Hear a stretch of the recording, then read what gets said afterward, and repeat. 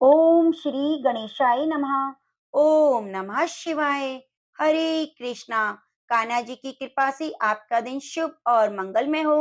राधा रानी की कृपा सदैव आपके जीवन में बनी रहे। आज मैं आपको सुनाने जा रही हूँ मार्गशीर्ष मास माहात्म्य में संपूर्ण पुण्य फल देने वाली कथाएं। तो प्रिय भक्तों, आप कथाओं को पूरा पूरा जरूर सुनिए। कथा सुनाने से पहले आपसे निवेदन है कि अगर आप राधा रानी के सच्चे भक्त हैं और कथा सुननी शुरू कर दी है तो कृपया वीडियो को लाइक करके कमेंट बॉक्स में जय श्री कृष्णा राधे राधे जरूर लिखिए। आपका एक कमेंट हमारे लिए बहुत बड़ा योगदान देता है। तो आइए भगवान श्री गणेश के चरणों का ध्यान करते हुए कथा का शुभ आरंभ करते हैं। तो आइए आज मंगलवार के दिन सुनते हैं हनुमान जी की भक्ति की एक बहुत ही सुंदर कथा। एक साधु महात्मा जी श्री रामायण जी की कथा सुनाते थे। वो कथा इतनी सुंदर सुनाते कि उनकी कथा सुनकर लोग आनंद विभोर हो जाते थे।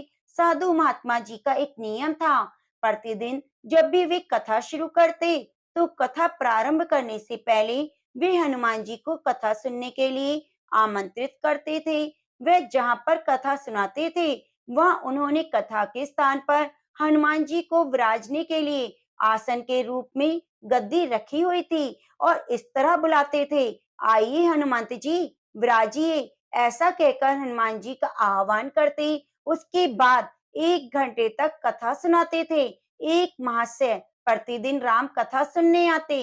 वे भक्ति भाव से कथा सुनते, लेकिन एक दिन उनके मन में विचार आया कि साधु महात्मा जी तो प्रतिदिन कथा शुरू करने से पहले कहते हैं, आइए हनुमंत जी विराजिए। ऐसा कहकर हनुमान जी को बुलाते हैं, तो क्या वास्तव में हनुमान जी यहाँ आते होंगे? बस ऐसा विचार आते ही एक दिन उन्होंने साधु महात्मा से पूछ ही लिया, हे महाराज, आप रामायण की कथा बहुत अच्छी सुनाते हैं, हमें बड़ा आनंद आता है, लेकिन आप जो गद्दी प्रतिदिन हनुमान जी को देते हैं उस पर क्या हनुमान जी वास्तव में विराजमान होते हैं? साधु महात्मा जी बोले, हाँ, ये मेरी श्रद्धा है। हनुमान जी का वचन है कि जहाँ पर राम कथा सुनाई और सुनी जाती है वह हनुमान जी अवश्य ही पधारते हैं। उस व्यक्ति ने कहा कि हे महाराज, हनुमान जी यहाँ पर आते हैं, इस पर हम कैसे विश्वास करें?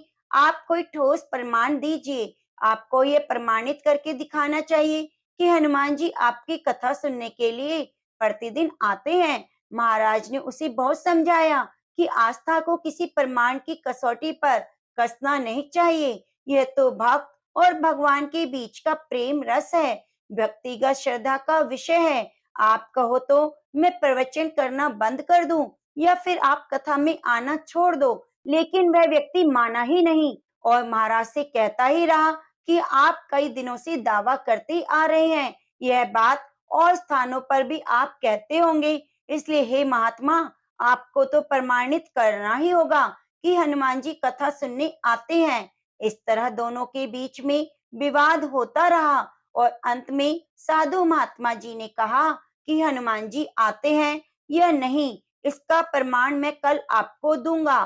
कल कथा प्रारंभ होने से पहले एक प्रयोग करेंगे। हनुमान जी को मैं जिस गद्दी पर विराजित होने को कहूंगा, आप उस गद्दी को आज अपने घर ले जाना और कल वह गद्दी अपने साथ लेकर आना। उसके बाद मैं गद्दी को यहाँ रखूंगा। कथा का आरंभ करने से पहले हनुमान जी को बुलाऊंगा। कुछ समय के बाद आप गद्दी उठाकर देखना। यदि आपने गद्दी उठा ली तो समझना हनुमान जी नहीं आए, वह व्यक्ति इस कसौटी के लिए तैयार हो गया। साधु महात्मा ने कहा, हम दोनों में से जो पराजित होगा वह क्या करेगा? क्या इसका निर्णय भी कर लें? यह तो सत्य की परीक्षा है। यह सुनकर उस व्यक्ति ने कहा, मैं गद्दी नहीं उठा पाया तो आपसे दीक्षा ले लूंगा, लेकिन हे साधु महात्मा, अगर आप पराजित हो गए तो आप क्या करोगे? फिर साधु महात्मा ने कहा, मैं कथा वाचन करना छोड़कर आपका सेवक बन जाऊंगा। अगले दिन कथा सुनने के लिए बहुत ज्यादा भीड़ इकट्ठी हो गई। सभी लोग भक्ति, प्रेम और विश्वास की परीक्षा देखने आ पहुंचे। साधु महात्मा और वह व्यक्ति कथा के स्थान पर आए। उस व्यक्ति ने गद्दी महाराज के हाथ में दी। प्रतिदिन हनुमान जी को विराजित होने के लिए जहाँ गद्दी रखते थे उसी स्थान पर वह रखी गई। महात्मा जी ने बड़े ही दुखी हृदय से मंगलाचरण किया और बोले, हनुमान जी आइए विराजिए। ऐसा बोलते ही साधु महाराज की आंखों में आंसू आ गए। मन ही मन महाराज बोले, हे प्रभु, आज मेरी परीक्षा है। मैं तो एक साधारण सा व्यक्ति हूँ, मेरी भक्ति और आस्था की लाज रखना। साधु महाराज ने प्रार्थना की और उस व्यक्ति को गद्दी उठाने के लिए निमंत्रण दिया। सभी की आंखें गद्दी पर जम गई। साधु महाराज बोले, हे महाशय, आप गद्दी उठाइए। उस व्यक्ति ने गद्दी उठाने के लिए हाथ बढ़ाया, लेकिन आश्चर्य की बात तो देखिए, वह गद्दी को स्पर्श भी नहीं कर पाया। जो भी कारण रहा हो, उसने 3 बार हाथ बढ़ाया, लेकिन तीनों बार गद्दी को छू भी नहीं पाया। महाराज जी भी देख रहे थे कि गद्दी उठाना तो दूर की बात, व्यक्ति गद्दी को छू भी नहीं पा रहा। तीनों बार प्रयास करने पर वह पसीने से तरबतर हो गया। वह व्यक्ति समझ गया कि साक्षात हनुमान जी का चमत्कार है और वह साधु महाराज के चरणों में गिर पड़ा और बोला, हे महाराज, गद्दी उठाना तो दूर, पता नहीं ऐसा क्या हो रहा है कि मेरा हाथ भी गद्दी तक नहीं पहुंच रहा। मैं अपनी हार स्वीकार करता हूँ। जिस प्रकार उस व्यक्ति ने कहा था, उसी अनुसार उसने साधु महाराज से दीक्षा ली और भगवान की सेवा में जुड़ गया। तभी तो कहा जाता है कि श्रद्धा और भक्ति के साथ की गई आराधना में बहुत शक्ति होती है। प्रभु की मूर्ति पत्थर की ही होती है, लेकिन भक्त के भाव में उसमें प्राण प्रतिष्ठा होती है और स्वयं प्रभु उसमें विराजते हैं। तो जय श्री राम। अब आइए सुनते हैं राधा कृष्ण की कथा। उसके बाद सुनेंगे मार्गशीर्ष मास माहात्म्य की कथाएं। तो प्रिय भक्तों, आप कथाओं के साथ जुड़े रहिए। एक समय की बात है, भगवान श्री कृष्ण भोजन करने के लिए बैठे ही थे कि 2 निवाले मुंह में लेते ही अचानक उठकर खड़े हो गए और बड़ी तेजी से दरवाजे की तरफ भागे। फिर उदास होकर वापस लौट आए, फिर वापस से भोजन करने लगे। यह देखकर रुक्मणी जी ने पूछा, हे प्रभु, थाली छोड़कर इतनी तेजी से आप क्यों गए थे और इतनी उदासी के साथ क्यों लौट आए? इसका कारण क्या है?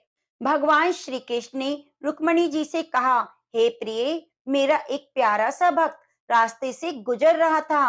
वह नंगा फकीर था। एक तार पर मेरे नाम की धुन बजाते हुए मस्ती में झूमते चला जा रहा था। लोग उसे पागल समझकर उसका मजाक उड़ा रहे थे और उस पर पत्थर भी फेंक रहे थे। वह था कि मस्ती में मेरा गुणगान किए जा रहा था। उसके माथे से खून भी टपक रहा था। वह असहाय था, इसलिए मुझे दौड़ना पड़ा। यह सुनकर रुक्मणी जी बोली, हे प्रभु, फिर आप लौटकर क्यों चले आए? कृष्ण भगवान जो बोले वे आप ध्यान से सुनिए।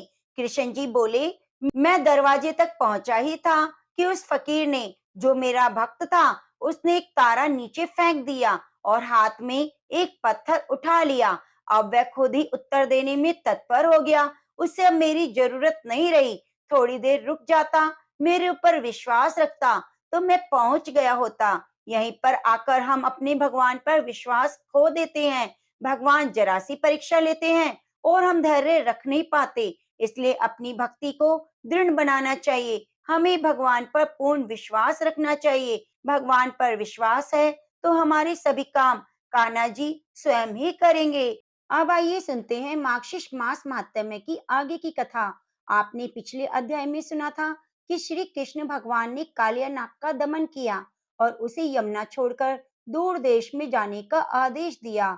तो अब आगे की अध्याय की कथा को सुनिए। जब नारद मुनि ने ऋषि नारायण से भगवान की सुंदर लीला का श्रवण किया, तो उनके मन में एक प्रश्न आया और नारद मुनि ने कहा, हे जगत गुरु, अपने पहले के उत्तम भवन को छोड़कर यह कालिया यमुना तट में क्यों आया था?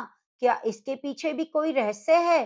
तो इसका उत्तर देते हुए श्री नारायण ने कहा, हे नारद मुनि, सुनिए, अब मैं आपको उस प्राचीन इतिहास का वर्णन करने जा रहा हूँ, जिसे मैंने सूर्य ग्रहण के समय पर मलयाचल पर्वत पर सुप्रभा नदी के पश्चिम किनारे श्री कृष्ण कथा के प्रसंग में अपने पिता धर्मदेव के मुख से सुना था। वास्तव में बात यह थी कि भगवान शेष की आज्ञा से सभी नागगण प्रत्येक वर्ष कार्तिक मास की पूर्णिमा के दिन भय के कारण गरुड़ देव की पूजा करते थे। पुष्प, धूप, दीप, नैवेद्य और अनेक उपहार सामग्रियां अर्पित करने के बाद वे भगवान की प्रसन्नता पूर्वक आराधना करते।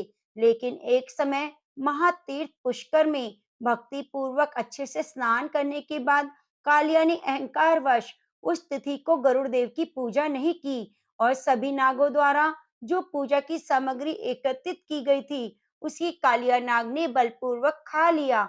उस समय सभी नाग अत्यंत क्रोधित हो गए और उन कालिया को रोकने के लिए और नीति की बातें बताने लगे। जब किसी तरह से वे कालिया को नहीं रोक पाए तो अचानक वहां पक्षीराज गरुड़ प्रकट हो गए। गरुड़ को आया देखकर सभी नागगण कालिया के प्राणों की रक्षा के लिए जब तक सूर्योदय नहीं हुआ तब तक पूरी शक्ति लगाकर गरुड़ जी के साथ युद्ध करते रहे और अंत में पक्षीराज के तेज के उद्गीन होकर वे सब के सब नाग वहां से भाग गए। जब कालिया ने देखा कि सभी नाग वहां से भाग रहे हैं तो वह कालिया शंख भाव से वहां पर खड़ा रहा। उसने गरुड़ की ओर देखा और श्री हरि के चरणारविंद का चिंतन करके गरुड़ के साथ युद्ध आरंभ किया। एक मुहूर्त तक उन दोनों में भयंकर युद्ध हुआ और अंत में गरुड़ के तेज से नागराज कालिया को पराजित होना पड़ा। उसके बाद वह भाग गया और यमुना जी के उसी कुंड में चला गया जहाँ सौरभ मुनि के श्राप से पक्षीराज गरुड़ नहीं जा सकते। गरुड़ के भय से नाग अब वहीं रहने लगे और पीछे से उनके सभी परिवार के लोग भी वहां आ गए। अब इस कथा को बीच में रोकते हुए नारद मुनि ने पूछा, हे भगवान, गरुड़ को शौभ मुनि का श्राप कैसे मिला? परमेश्वर का वाहन होने के बाद भी गरुड़ उस धाम में क्यों नहीं जा सका? नारद मुनि की शंका का समाधान करते हुए नारायण ऋषि ने कहा, वास्तव में उस कुंड में एक दिव्य सहस्र वर्षों तक मुनि ने तपस्या करके महासिद्ध हो चुके थे और वे श्री कृष्ण के चरण कमलों का ध्यान कर रहे थे।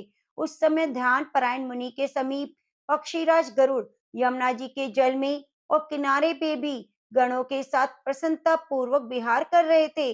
उत्कृष्ट इच्छा से प्रेरित होकर अनेक पंखों को ऊपर उठाकर मुनि के अगल बगल में उनका आनंद परिक्रमा करते हुए जा रहे थे।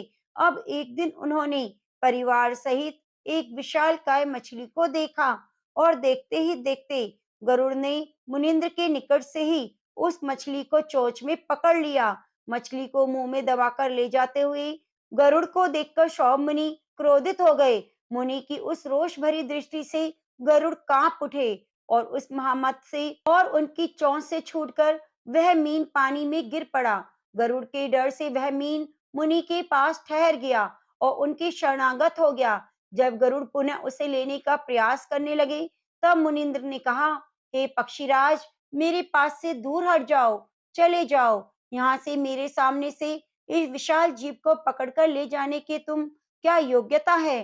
तुम अपने को श्री कृष्ण का वाहन समझकर अभिमानी हो गए हो। श्री कृष्ण तुम्हारे जैसे करोड़ों वाहन रच लेने की शक्ति रखते हैं। मैं अपनी भौहें टेढ़ी करने मात्र से तुम्हें शीघ्र और अनायासी भस्म कर सकता हूँ। तुम परमेश्वर के वाहन हो तो क्या हुआ, हम लोग तुम्हारे दास नहीं। यदि आज से कभी भी मेरे इस कुंड में आओगे तो मेरे श्राप से तत्काल भस्म हो जाओगे। सौम्य मुनि की ऐसी बातें सुनकर पक्षीराज गरुड़ अत्यंत विचलित हो गए।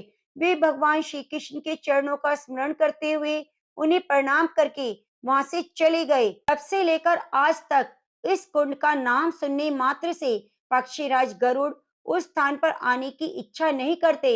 इस वृत्तांत को सुनाने के बाद ऋषि नारायण ने कहा, हे नारद, अब हम तुम्हें कालिया मर्दन के वृत्तांत को आगे जारी रखते हैं। कालिया नाग को यमुना नदी से दूर भेज देने के बाद श्री कृष्ण बहुत समय तक यमुना के जल के ऊपर नहीं आए। यह जानकर सभी ग्वाल बाल दुखी हो गए। वे मोहवश यमुना के तट पर रोने लगे। कुछ बालक शोक के कारण अपनी छाती पीटने लगे और कुछ वहीं पर मूर्छित हो गए। कितने ही बालक श्री कृष्ण विरह से व्यथित होकर कालिया धाम में प्रवेश करने का प्रयास करने लगे और कुछ कुछ ग्वाल बाल उन्हें रोकने लगे। कोई अपने प्राण त्यागने का प्रयास करने लगा। उनमें जो समझदार थे ऐसे कुछ बालक उस मरण उन्मुख बालकों की प्रयत्न पूर्वक रक्षा करने लगे। कुछ कुछ बालक संपूर्ण वृत्तांत को नंद महाराज को बताने के लिए दौड़ पड़े। और उनसे कहने लगे, हे नंद, महाराज कृष्ण ने कालिया धाम में प्रवेश कर लिया है, शीघ्र चलिए, उनके प्राण आपत्ति में हैं। इस प्रकार कहते हुए वे सभी ग्वाल बाल व्याकुल होकर रोने लगे। उन्होंने शीघ्र ही यशोदा माता को, उनके पास बैठे हुए बलराम को और अन्य सभी गोप और लाल कमल के समान नेत्रों वाली गोपावनाओं को भी ये समाचार बताया। ये सुनते ही सबकी सब शोक से व्याकुल हो गए और भागते हुए यमुना तट पर आ पहुंचे। सारे ब्रिजवासी एकत्र होकर रोते रोते शोक से मूर्छित होने लगे। माता यशोदा ने कालिया धाम में प्रवेश करने लगी और यह देखकर कुछ लोगों ने उन्हें रोक लिया। श्रीमती राधिका भी यमुना जी के जल में प्रवेश करने का प्रयास करने लगी। कुछ स्त्रियों ने उन्हें रोक लिया। वह मूर्छित हो गई और नदी के तट पर अचेत अवस्था में गिर गई। नंद महाराज भी अत्यंत विलाप करके बार बार मूर्छित होने लगे। चेतना आने पर पुनः रोते और फिर मूर्छित हो जाते। इन सभी लोगों में ज्ञानियों में श्रेष्ठ बलराम जी ने अत्यंत विलाप करते हुए नंद महाराज और शोक से कातर हुई यशोदा मैया गोप गोपांगनाओं को आश्वासन देते हुए कहा, हे गोप गोपियों, अब मेरी बात सुनो। नंद बाबा, ज्ञान शिरोमणि, गर्ग मुनि की बातों को याद कीजिए, जो जगत का भार उठाने वाले शेष के भी आधारभूत हैं, संहारकारी भगवान शिव के भी संहारक हैं, जो विधाता के भी विधाता हैं। उनकी इस भूतल पर कैसी पराजय हो सकती है? श्री कृष्ण तो अणु से भी अणु और परम महान है। उनकी सत्ता सदा और सर्वथा विद्यमान रहती है। योगियों के सम्मक योग है। जिस प्रकार आकाश को कोई छू नहीं सकता, वैसे ही सर्वेश्वर को कोई बाधा नहीं पहुंचा सकता। श्री कृष्ण सबकी आत्मा है और आत्मा की दृष्टि में नहीं आता। उसे अस्त्रों का निशाना नहीं बनाया जा सकता। हे पिताजी, यदि एक मच्छर सारे ब्रह्मांड को निगल जाने में समर्थ हो जाए, महान नायक को वह सर्प अपना ग्रास नहीं बना सकता। यह गुण ज्ञान योगियों के लिए भी सार वस्तु है, इसलिए आप चिंता ना करें। श्री कृष्ण को कुछ भी नहीं हुआ है। बलराम जी की यह बातें सुनकर और गर्ग मुनि के वचनों को याद करके नंद महाराज ने अपने शोक को त्याग दिया। सबने बलराम जी के इस प्रबोध वचनों को मान लिया। लेकिन यशोदा माता और राधा रानी को संतुष्टि नहीं मिली। वे अपने प्रियजन के विषय में बार बार सोचते हुए प्राण त्यागने को उद्यत हुई। उतनी ही देर में भगवान श्री कृष्ण को जल से ऊपर उठते हुए देखा और यह देखकर उनके हर्ष की कोई सीमा नहीं रही। उनका शरदकालीन पूर्णिमा की चंद्रमा जैसा परम सुंदर मुख और मंद मंद मुस्कुराहट सबको अपने मन से आकृष्ट करने लगी। पानी से निकलने पर भी उनके वस्त्र भीगे नहीं थे और ना शरीर आर्द्र था। वे अभी भी समस्त आभूषणों से अलंकृत और सिर पर मोर मुकुट धारण किए हुए थे। यशोदा माता अपने लल्ला को देखती रह गई और तुरंत छाती से लगाकर मुस्कुराने लगी। उनके मुखार बिंद को चूमने लगी और समस्त उनके नेत्र और मुख प्रसन्नता से खिल गया। नंद महाराज, बलराम और रोहिणी माता ने बार बार श्याम सुंदर को हर्ष पूर्वक हृदय से लगा लिया। सब लोग एक नजर से भगवान गोविंद के श्रीमुख का दर्शन करते रहे। सभी ग्वाल बालों ने भगवान श्री हरि का आलिंगन किया और सभी गोपियां अपने नेत्रों द्वारा उनका आलिंगन करती रही। उसके बाद अचानक ही वृंदावन में एक ऐसी घटना घटित हुई जिसकी कल्पना भी नहीं की जा सकती थी। वह घटना क्या थी, इसका हम श्रवण करेंगे आगे के मार्गशीर्ष मास माहात्म्य के अध्याय में। तो कृपया आप हमारे चैनल को सब्सक्राइब कर लीजिए। अगर आप भगवान श्री कृष्ण की लीला की कथाओं को सुनना चाहते हैं तो सब्सक्राइब करके चैनल को बगल में बनी घंटी को दबाना ना भूलें। अब आइए सुनते हैं श्रीमद् भागवत गीता के 9वें अध्याय का महात्म्य। तो प्रेम से बोलिए कृष्ण भगवान की जय। महादेव जी कहते हैं, पार्वती जी, अब मैं आदर पूर्वक 9वें अध्याय के महात्म्य का वर्णन करूंगा। तुम स्थिर होकर सुनो। नर्मदा के तट पर महिष्मती नाम की एक नगरी है। वह माधव नाम के एक ब्राह्मण रहते थे, जो वेद वेदांगों के तत्वज्ञ और समय समय पर आने वाले अतिथियों के प्रेमी थे। उन्होंने विद्या के द्वारा बहुत धन कमाकर एक महान यज्ञ का अनुष्ठान आरंभ किया। उस यज्ञ में बलि देने के लिए एक बकरा मंगाया गया। जब उसके शरीर की पूजा हो गई, तब सबको आश्चर्य में डालते हुए उस बकरे ने हंसकर उच्च स्वर से कहा, ब्राह्मण, इन बहुत से यज्ञों द्वारा क्या लाभ? इनका फल तो नष्ट हो जाने वाला है तथा ये जन्म जरा मृत्यु के भी कारण है। ये सब करने पर भी मेरी जो वर्तमान दशा है, इसे देख लो। बकरे के इस अत्यंत कौतूहलजनक वचन को सुनकर यज्ञ मंडप में रहने वाले सभी लोग बहुत विस्मित हुए। तब वे यजमान ब्राह्मण हाथ जोड़कर अपलक नेत्रों से देखते हुए बकरे को प्रणाम करके श्रद्धा और आदर के साथ पूछने लगे। ब्राह्मण बोले, आप किस जाति के थे? आपका स्वभाव और आचरण कैसा था तथा किस कर्म से आपको बकरे की योनि प्राप्त हुई? ये सब मुझे बताइए। बकरा बोला, ब्राह्मण, मैं पूर्व जन्म में ब्राह्मणों के अत्यंत निर्मल कुल में उत्पन्न हुआ, समस्त यज्ञों का अनुष्ठान करने वाला, वेद विद्या में प्रवीण था। एक दिन मेरी स्त्री ने भगवती दुर्गा की भक्ति से विनम्र होकर अपने बालक के रोग की शांति के लिए बलि देने के निमित्त मुझसे एक बकरा मांगा। उसके बाद जब चंडिका के मंदिर में वह बकरा मारा जाने लगा, उस समय उसकी माता ने मुझे शाप दिया, ओ ब्राह्मणों में नीच पापी, तू मेरे बच्चे का वध करना चाहता है, इसलिए तू भी बकरे की योनि में जन्म लेगा। द्विश्रेष्ठ, तब कालवश मृत्यु को प्राप्त होकर मैं बकरा हुआ। यद्यपि मैं पशु योनि में पड़ा हूँ, तो भी मुझे अपने पूर्व जन्म का स्मरण बना हुआ है। हे ब्राह्मण, यदि आपको सुनने की उत्कंठा हो, तो मैं एक और आश्चर्य की बात बताता हूँ। कुरुक्षेत्र नाम का एक नगर है, जो मोक्ष प्रदान करने वाला है। वहाँ चंद्र शर्मा नामक एक सूर्यवंशी राजा राज्य करते थे। एक समय जबकि सूर्य ग्रहण लगा था, राजा ने बड़ी श्रद्धा के साथ काल पुरुष का दान करने की तैयारी की। उन्होंने वेद वेदांगों के पारगामी एक विद्वान ब्राह्मण को बुलवाया और पुरोहित के साथ वे तीर्थ के पावन जल से स्नान करने चले। तीर्थ के पास पहुंचकर राजा ने स्नान किया और दो वस्त्र धारण किए। फिर पवित्र और प्रसन्नचित होकर उन्होंने श्वेत चंदन लगाया और बगल में खड़े हुए पुरोहित का हाथ पकड़कर तत्कालोचित मनुष्यों से घिरे हुए अपने स्थान पर लौट आए। आने पर राजा ने यथोचित विधि से भक्ति पूर्वक ब्राह्मणों को काल पुरुष का दान किया।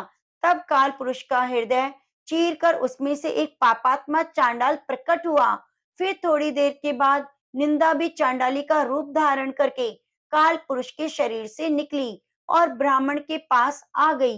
इस प्रकार चांडालों की वह जोड़ी आंखें लाल किए निकली और ब्राह्मण के शरीर में प्रवेश करने लगी। ब्राह्मण मन ही मन गीता के 9वें अध्याय का जप करते थे और राजा चुपचाप यह कौतुक देखने लगे। ब्राह्मण के अंतःकरण में भगवान गोविंद शयन करते थे, वे उन्हीं का ध्यान करने लगे। ब्राह्मण ने जब गीता के 9वें अध्याय का जप किया, अपने आश्रयभूत भगवान का ध्यान किया, उस समय गीता के अक्षरों से प्रकट हुए विष्णु दूतों द्वारा पीड़ित होकर वे दोनों चांडाल भाग गए। उनका उद्योग निष्फल हो गया। इस प्रकार इस घटना को प्रत्यक्ष देखकर राजा के नेत्र आश्चर्य से चकित हो गए। उन्होंने ब्राह्मण से पूछा, विप्रवर, इस महाभयंकर आपत्ति को आपने कैसे पार किया? आप किस मंत्र का जाप और किस देवता का स्मरण कर रहे थे? फिर पुरुष और स्त्री कौन थी? वे दोनों कैसे उपस्थित हुए? फिर वे कैसे शांत हो गए? ये सब मुझे बताइए। ब्राह्मण ने कहा, राजन, चांडाल का रूप धारण करके भयंकर पाप ही प्रकट हुआ था और वह स्त्री निंदा की साक्षात मूर्ति थी। मैं इन दोनों को ऐसे ही समझता हूँ। उस समय मैं गीता की 9वें अध्याय के मंत्रों की माला जपता था। उसी का महात्म्य है कि सारा संकट दूर हो गया।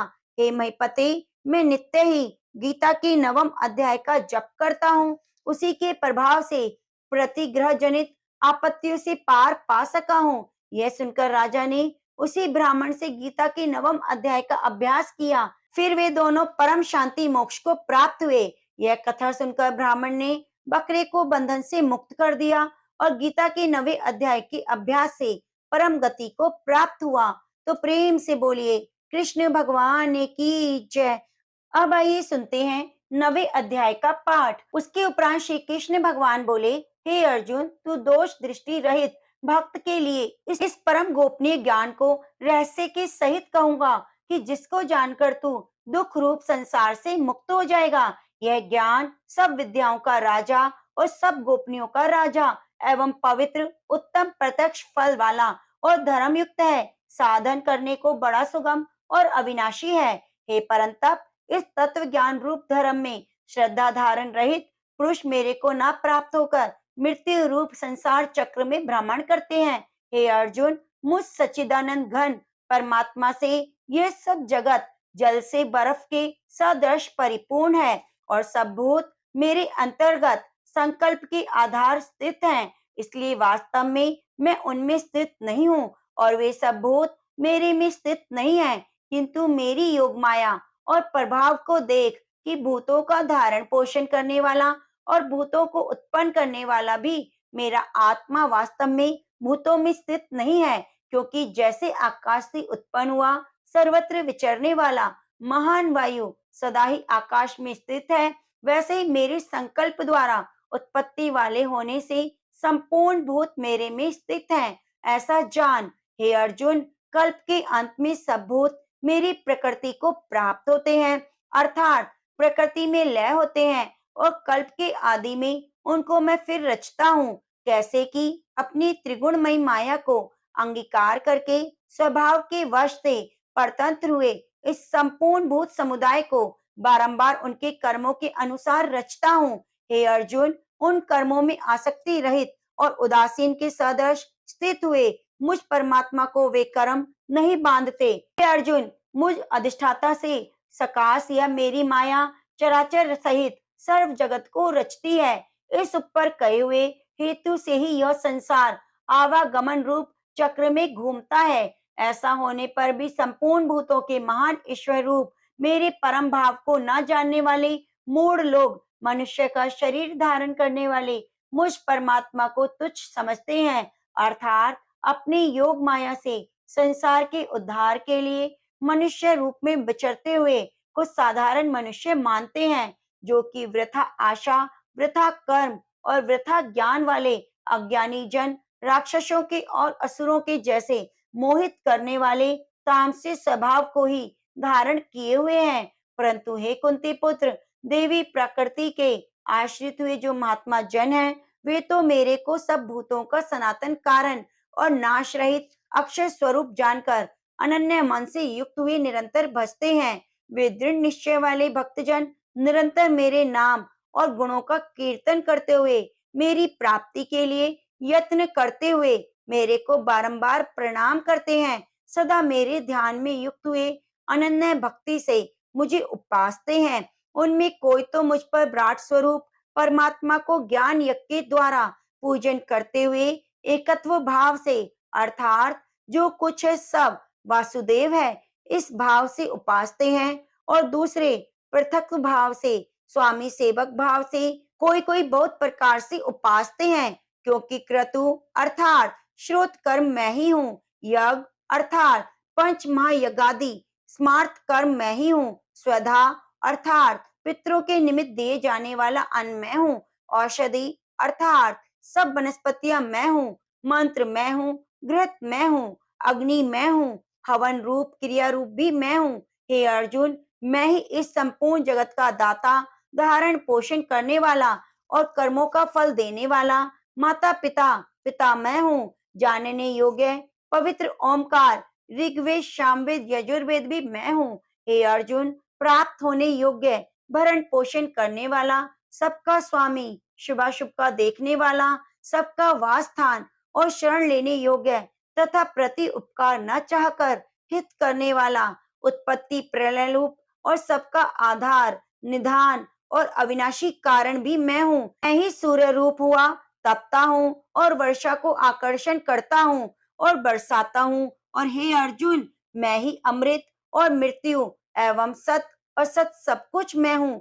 परंतु जो तीनों वेदों में विधान किए हुए सकाम कर्मों को करने वाले और सोम रस को पीने वाले और पापों से पवित्र हुए पुरुष मेरे को यज्ञ द्वारा पूजकर स्वर्ग की प्राप्ति चाहते हैं, वे पुरुष अपने पुण्यों के फल स्वरूप इंद्रलोक को प्राप्त होकर स्वर्ग में दिव्य देवताओं के भोगों को भोगते हैं। वे उस विशाल स्वर्ग लोक को भोगकर पुण्य क्षीण होने पर मृत्यु लोक को प्राप्त होते हैं। इस प्रकार स्वर्ग के साधन रूप तीनों वेदों में कहे हुए सकाम कर्म के शरण में हुए भोगों की कामना वाले पुरुष बारंबार जाने अनेक को प्राप्त होते हैं, अर्थात पुण्य के प्रभाव से स्वर्ग में जाते हैं और पुण्यशील होने पर मृत्यु लोक में आते हैं। जो अनन्य भाव से मेरे में स्थित हुए भक्तजन मुझ परमेश्वर को निरंतर चिंतन करते हुए निष्काम भाव से भजते हैं, उन नित्य एक ही भाव से मेरे में स्थिति वाले पुरुषों का योग क्षेम मैं स्वयं प्राप्त कर देता हूँ। हे अर्जुन, यद्यपि श्रद्धा से युक्त हुए जो सकामी भक्त दूसरे देवताओं को पूजते हैं, वे भी मेरे को ही पूजते हैं, किंतु उनका वह पूजन अविधि पूर्वक है, अज्ञान पूर्वक है, क्योंकि संपूर्ण यज्ञों का भोक्ता और स्वामी भी मैं हूँ, परंतु वे मुझ अधियज्ञ स्वरूप परमेश्वर को तत्व से नहीं जानते, इसी से गिरते हैं, अर्थात पुनर्जन्म को प्राप्त होते हैं। कारण यह नियम है कि देवताओं को पूजने वाले देवताओं को प्राप्त होते हैं, पितरों को पूजने वाले पितरों को प्राप्त होते हैं, भूतों को पूजने वाले भूतों को प्राप्त होते हैं और मेरे भक्त मेरे को ही प्राप्त होते हैं, इसलिए मेरे भक्तों का पुनर्जन्म नहीं होता।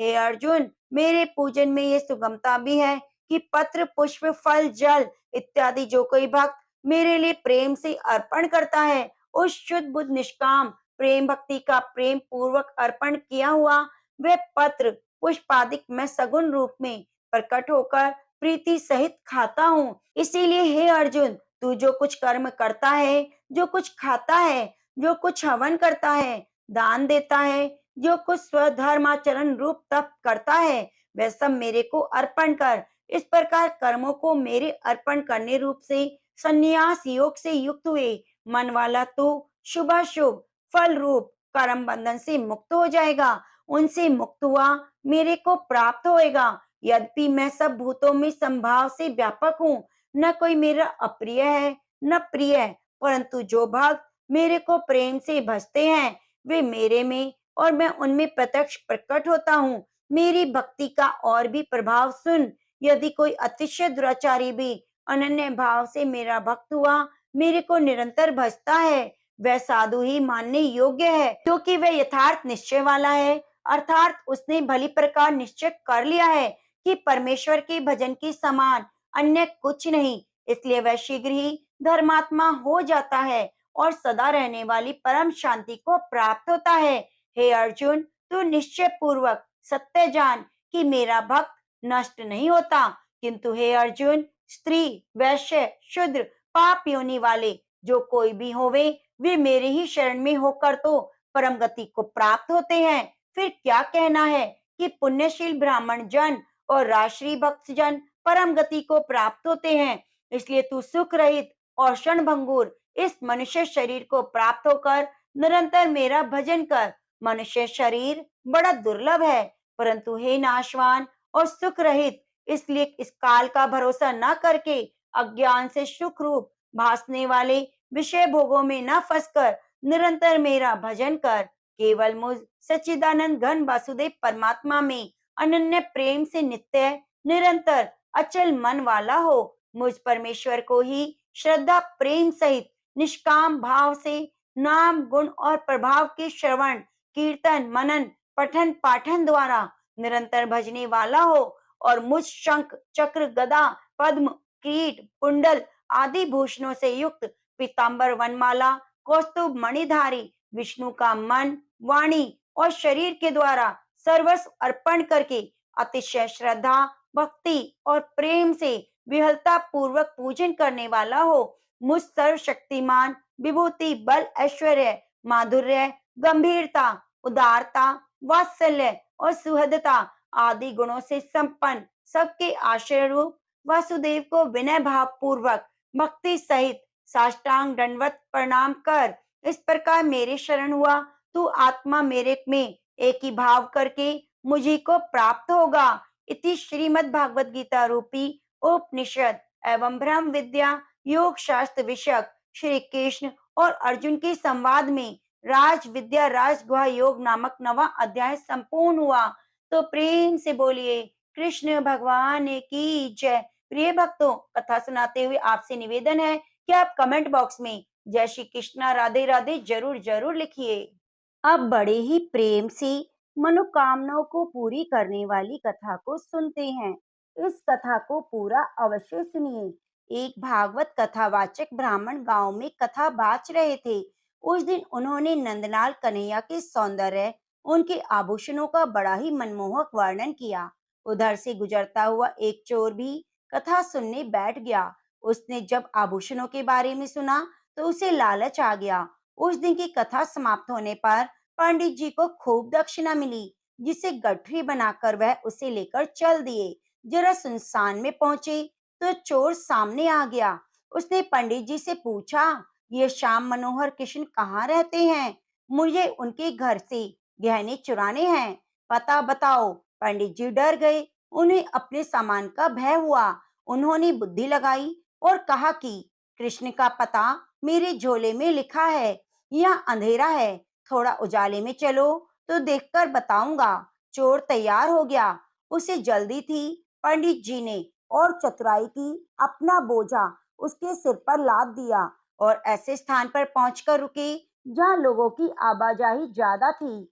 फिर उन्होंने थैले में से पोथी खोली, देखने का स्वांग करते रहे, विचार कर बोले, वृंदावन चले जाओ। मुझे जब कृष्ण जी मिले थे तो उन्होंने वृंदावन ही बताया था।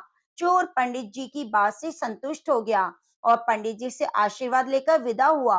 चोर रास्ता पूछता हुआ वृंदावन चल पड़ा। रास्ते में उसने बड़ी तकलीफें सही। जहां जहां भी कृष्ण जी के मंदिर थे उसमें दर्शन को गया। दर्शन किया, वो तो उनके आभूषणों को देखने के लिए जाता था कि आखिर ऐसे आभूषण होंगे कन्हैया के पास। आभूषण निहारने में उसे इतने मंदिरों की भगवान की छवि देख ली कि उसकी खुली आंखों में भी प्रभु नजर आते रहते। रात को मंदिरों में ठहर जाता और वही कुछ प्रसाद खा लेता। माखन चोर भगवान आभूषण चोर पर रीझ गए। चोर के मन में भी प्रभु के आभूषणों के प्रति कामना बढ़ती चली गई।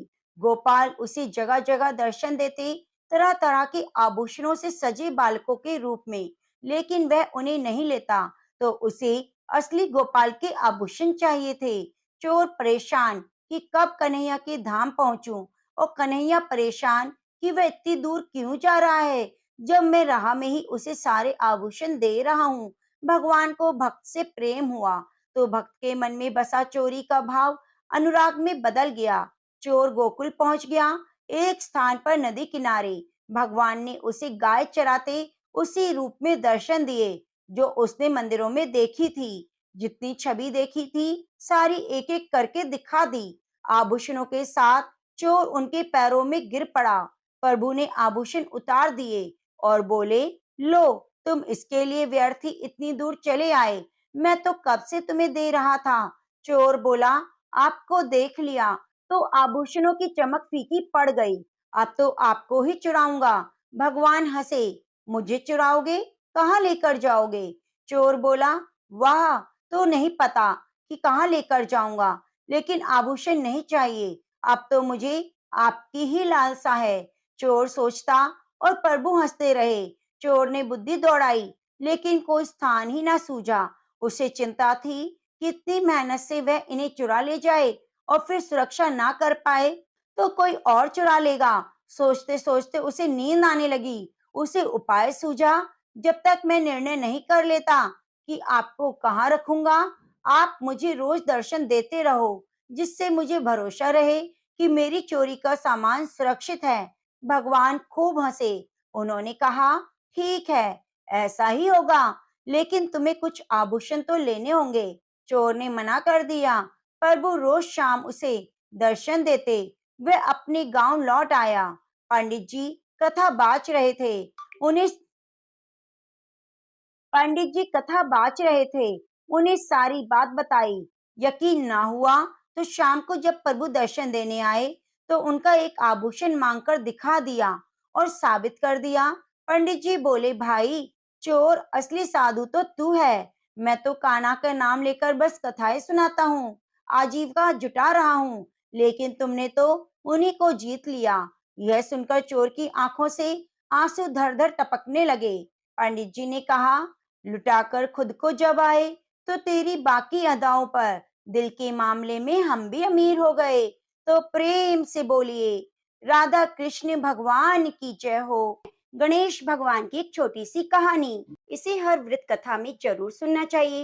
एक गांव में एक डोकरी रहती थी। मतलब कि वह एक वृद्ध औरत थी। उसकी बहू थोड़ी सी पागल जैसी बावली थी। उसे भूख बिल्कुल भी सहन नहीं होती। वह रोज सुबह उठकर सबसे पहले खाना खाती, फिर दूसरे काम करती, जैसे झाड़ू, साफ सफाई, जो भी घर का काम होता वह खाने के बाद ही करती। एक दिन उनके यहाँ पूजा होनी थी और पूजा के लिए खाना बनाना था।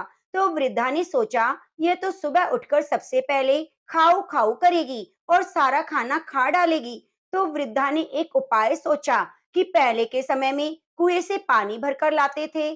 तो वृद्धा ने क्या किया कि उसने पानी के मटके के नीचे एक छोटा सा छेद कर दिया और बहू से कहा, आज पूजा है, तू सुबह से खाओ खाओ मत करियो, तू पहले पानी भर ला, फिर कुछ खा लियो। बहू ने सास से कहा, ठीक है माँ जी। वह पानी भरने के लिए चली गई। बहू भी थोड़ी सी समझदार थी। उसने देख लिया कि पहले ही सासू ने मटकी में छेद कर दिया है।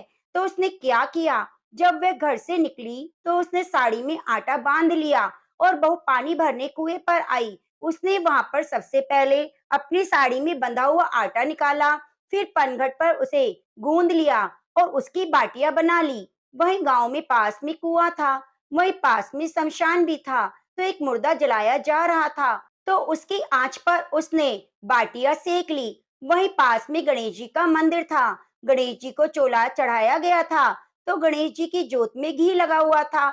उसने घी से बाटियां चिपड़ी और एक बाटी गणेश जी को भोग लगाकर उसने वह बाटी खा ली। उसके बाद आराम से पानी भरा और फिर वह आराम से अपने घर चली गई। इधर गणेश जी क्रोधित होते हुए नाक पर अपनी उंगली चढ़ा ली और उसके बाद कोई उधर से निकला तो उसने देखा कि गणेश जी ने नाक पर उंगली चढ़ा रखी है। तो उसने गांव में जाकर सबसे कह दिया कि गणेश जी ने नाक पर उंगली चढ़ा ली है। अब गणेश जी की नाक से उंगली उतारने के लिए सबने बहुत प्रयास किए। कोई गणेश जी का पाठ करता, कोई हवन करता, कोई जाप करता, लेकिन गणेश जी तो नाक पर उंगली लगाए हुए थे, उन्होंने हटाई नहीं। अब यह बात धीरे धीरे राजा तक पहुंच गई कि गणेश जी ने नाक पर उंगली चढ़ा ली है। राजा ने बड़े बड़े पंडित और ज्योतिषी बुलाए, सब कुछ कर लिया, पर गणेश जी नाक से उंगली नहीं हटा रहे। अब राजा ने पूरे राज्य में मुनादी करा दी कि जो भी गणेश जी की नाक पर से उंगली हटवाएगा तो उसे 5 गांव दिए जाएंगे। अब राज्य में सभी लोग अपनी तरफ से प्रयास करने लगे। गणेश जी ने फिर भी नाक से उंगली नहीं हटाई। अब थक हार गए। आखिर में डोकरी बोली, माँ जी अगर आप कहो तो मैं गणेश जी की नाक से उंगली हटा सकती हूँ। तो वृद्धा हंसने लगी कि बड़े बड़े पंडित, ज्योतिषी गणेश जी की नाक से उंगली नहीं हटा पाए, तू हटा देगी। बाबली, तू कैसे हटाएगी? तभी एक आदमी ने कहा कि इसे भी एक बार मौका दे दो, इसको भी प्रयास करने दो, देखते हैं क्या होता है कि गणेश जी नाक से उंगली हटाते हैं या नहीं। चल तू भी एक बार कोशिश कर ले। बहू ने कहा कि मेरी एक शर्त है, मेरे घर से गणेश जी के मंदिर तक एक बड़ा सा पर्दा लगाया जाए। तो लोगों ने कहा ठीक है और घर से मंदिर तक पर्दा लगवा दिया गया। तो उसके घर से लेकर मंदिर तक पर्दा लग गया। अब बहू ने क्या किया, जब वह घर से निकली उसने सबसे पहले अपने घाघरे में कपड़े धोने का जो सोटा होता है वह ले लिया और छिपकर मंदिर में गई। मंदिर में सोटा निकालकर गणेश जी से बोली, क्यों रे गणेशा, क्या बात है? आटा मैं अपने घर से लाई, पनघट से पानी लेकर उसको गूंदा और मरघट पर मुर्दा जल रहा था तो वहां पे जाकर बाटी बना ली। तेरी तौन से जरा सा तो घी लिया था, तो तुझे भी तो दी मैंने बाटी खाने को, फिर तूने नाक पे क्यों उंगली चढ़ाई? उंगली हटा ले, नहीं तो एक सोटा तेरी नाक पे दे मारूंगी और तेरी नाक टूट जाएगी। बहू की बात सुनकर तो गणेश जी डर गए। उन्होंने सोचा, यह तो बाबली है, कहीं में मार देगी तो क्या करूंगा, इसका कोई भरोसा नहीं। और वह गणेश जी ने झट से नाक से उंगली हटा ली। अब तो पूरे गांव में डोकरी की बहू की जय जयकार होने लगी कि डोकरी की बहू ने गणेश जी की नाक से उंगली हटवा दी। राजा ने अपने आदेश के अनुसार 5 गांव बहू को दे दिए। हे गणेश जी महाराज, जैसे आपने डोकरी को बहू को दिया वैसे सबको देना। कहानी कहने सुनने वाले, हुंकारा भरने वाले को देना। कथा अधूरी हो तो पूरी करना, पूरी हो तो मान रखना। इस कथा से पता चलता है कि भगवान अपने भक्त की सच्ची भक्ति से ही रीझते हैं। तो प्रेम से बोलिए गजानन की जय हो। ते हैं लपसी तपसी की कथा। कहते हैं कि लपसी तपसी की कथा को सुने बिना हमारी कथा पूरी नहीं होती, तो हर कथा कहानी में हमें लपसी तपसी की कथा को जरूर सुनना चाहिए। एक लपसी था, एक तपसी था। तपसी तो भगवान की तपस्या करता और लपसी रोजाना सवा सेर का हलवा बनाकर भगवान को भोग लगाकर टाली हिलाकर जीम लेता। एक दिन दोनों में झगड़ा हो गया। तपसी बोला, मैं भगवान की तपस्या करता हूँ, इसलिए मैं बड़ा हूँ। लपसी बोला, नहीं, मैं बड़ा हूँ। नारद जी ने कहा, तुम्हारा फैसला मैं करूंगा। दूसरे दिन जब तपसी नहाकर आ रहा था, तो नारद जी ने 1.25 करोड़ का मुंडरा तपसी के आगे गिरा दिया। उसे देखकर तपसी ने उसे पैर के नीचे दबा लिया और तपस्या करने लगा। उधर लपसी ने 1.25 सेर हलवा बनाकर भगवान को भोग लगाया और टाली हिलाकर जीम लिया। इतने में नारद जी आए और दोनों को अपने पास बुलाया। दोनों ने नारद जी से पूछा, बताइए दोनों में कौन बड़ा है? नारद जी ने तपसी से अपना पांव हटाने को कहा।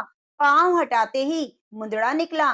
तब नारद जी ने कहा, तपसी, तुमने मुंदड़ा चुराया है, जिससे तुम्हारी तपस्या भंग हुई, इसलिए लपसी बड़ा है। तपसी ने कहा, मुझे मेरी तपस्या का फल कैसे मिलेगा? तब नारद जी ने कहा, तेरी तपस्या का फल कार्तिक नहाने वाली देंगी। सब कहानी कहकर तेरी कहानी नहीं कहेंगी, तो कार्तिक का फल तुझे मिलेगा। धोती देकर अंगोछा न दे, सीधा देकर दक्षिणा न दे, ब्राह्मण को भोजन कराकर दक्षिणा न दे, दीवा चास के हाथ न जोड़ने पर, कपड़ा देकर बटन न लगाने पर, दूसरे दीपक से अपना दीपक जलाने पर, दाहिने हाथ से नाड़ा बांधे, तो इन सब का फल तुम्हें मिलेगा। इतना कहकर नारद जी अंतर ध्यान हो गए। तो प्रेम से बोलिए कृष्ण भगवान की जय। अब आइए सुनते हैं माँ लक्ष्मी चालीसा का पाठ। इसकी सुनने मात्र से घर में सुख शांति और सौभाग्य की वृद्धि होती है। माता लक्ष्मी के चरणों का ध्यान करते हुए आप इसे श्रद्धा पूर्वक सुनिए। जय जय श्री माँ लक्ष्मी, करो मात तब ध्यान, सिद्ध काज मम कीजिए, निज शिशु सेवक जान।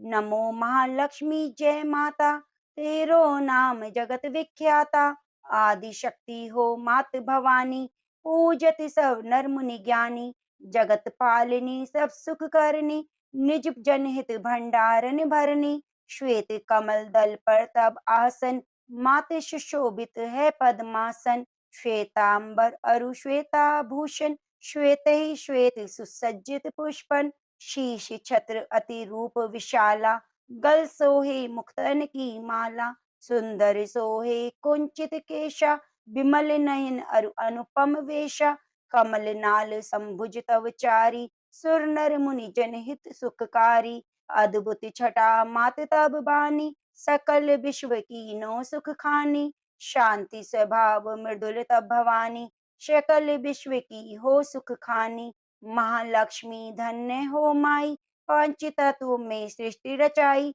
जीव चराचर तुम उपजाए, पशु पक्षी नर नारी बनाए, क्षिति तल अगणित वृक्ष जमाए, अमित रंग फल फूल सुहाए, छवि बिलोक सुर मुनि नर नारी, करे सदा तब जय जयकारी, सुरपति और नरपति सब ध्याए, तेरे सम्मुख शीश नवावे, चारों वेदन तब यश गाया, महिमा अगम पार नहीं पाए, जा पर करहु मातु तुम दाया, सोई जग में धन्य कहाया, कल में राजई रंक बनाओ, रंक राव कर विमल न लाओ, जिन पर करहु मात तुम बासा, उनका यशो विश्व प्रकाशा, जो ध्यावे से बहु सुख पावे, विमुख रहे हो दुख उठावे, महालक्ष्मी जन सुखदाई, ध्याऊं तुमको शीश नवाई, निजन जाने मोई अपनाओ, सुख संपत्ति दे दुख नसाओ, ओम श्री श्री जय सुख खानी, रिद्धि सिद्धि देव मात जन जानी,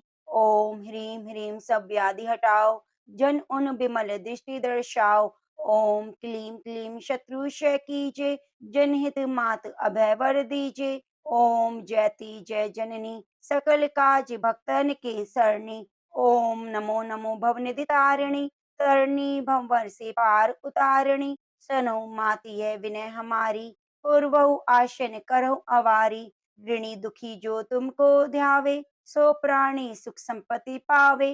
रोग ग्रसित जो ध्यावे कोई, ताकि निर्मल काया होई। विष्णु प्रिया जय जय महारानी, महिमा अमित न जाए बखानी। पुत्रहीन जो ध्यान लगावे, आए सुत अतई हुलसावे।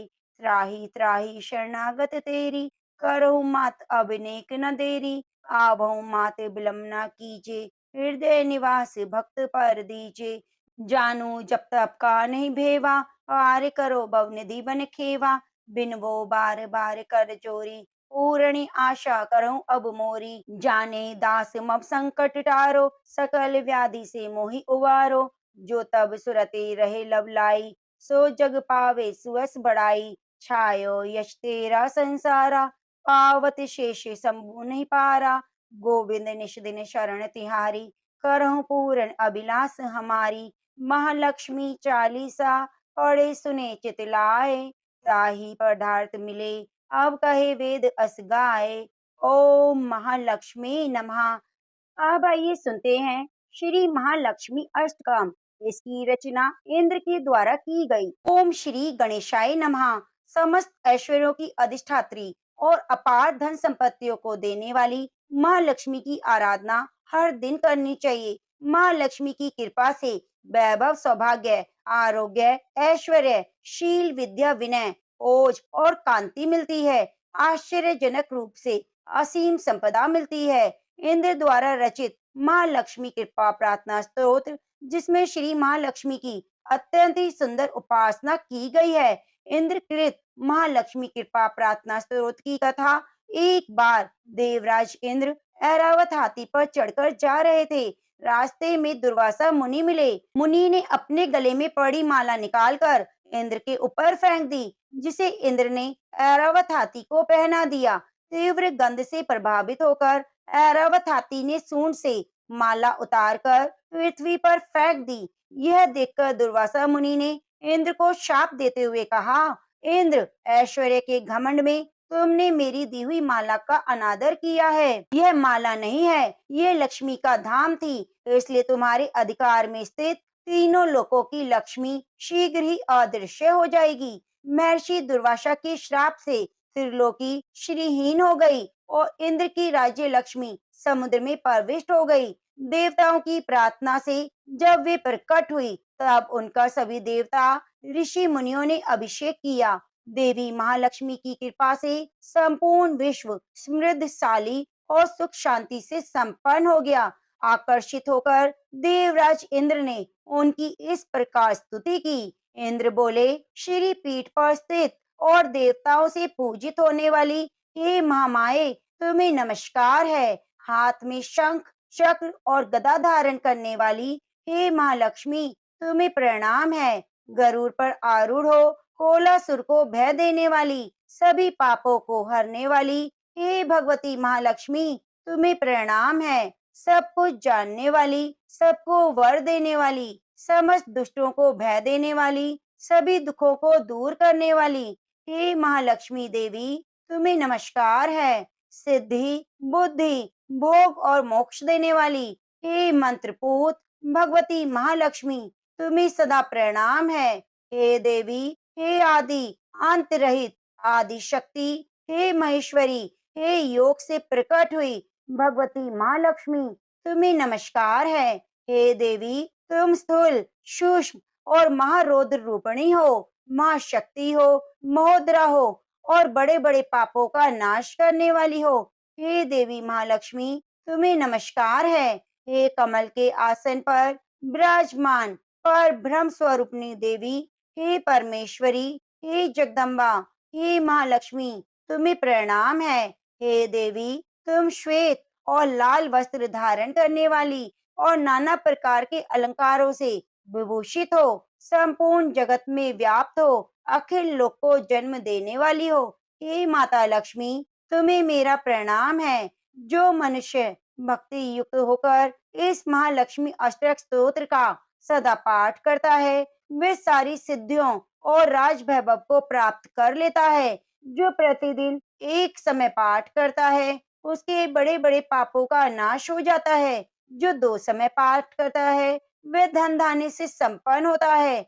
जो प्रतिदिन 3 काल पाठ करता है, उसके महान शत्रुओं का नाश हो जाता है और उसके ऊपर कल्याणकारिणी वरदायिनी माँ लक्ष्मी सदा प्रसन्न रहती है। इस प्रकार से माँ लक्ष्मी अष्टक स्तोत्र संपूर्ण हुआ। माता लक्ष्मी के अष्टक स्तोत्र के साथ माता लक्ष्मी के 11 नामों का भी जरूर श्रवण करना चाहिए। वे हैं पद्मा, पद्मिलिया, पद्म वन निवासिनी, श्री, कमला, हरिप्रिया, इंद्रा, रमा, समुद्र तनया, भार्गवी, जलधिजा आदि नामों से पूजित देवी महालक्ष्मी वैष्णवी शक्ति है। तो प्रेम से बोलिए महालक्ष्मी की जय। आप सभी भक्तों पर माता लक्ष्मी की कृपा सदा सदैव बनी रहे। आप चैनल को सब्सक्राइब करके बगल में बनी घंटी को दबाना ना भूलें। हमारे चैनल पर नित्य नियम से मार्गशीर्ष मास की कथाएं और व्रत कथा भी सुनाई जाती हैं, तो कृपया आप उन सभी कथाओं को जरूर जरूर सुनिए।